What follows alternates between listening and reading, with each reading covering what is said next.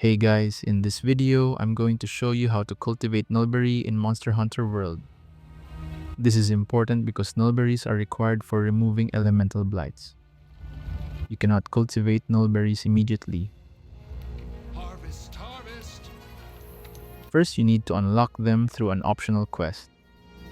Go to the quest board. Select optional quests. Choose the 3-star quest called Prickly Predicament. Complete this quest and mulberry cultivation will unlock in the Botanical Research Center.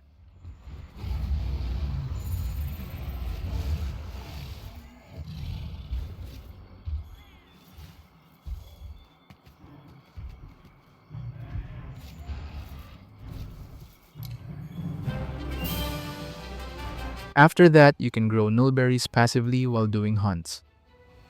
And that's how to cultivate mulberry in Monster Hunter World. Thank you so much for watching.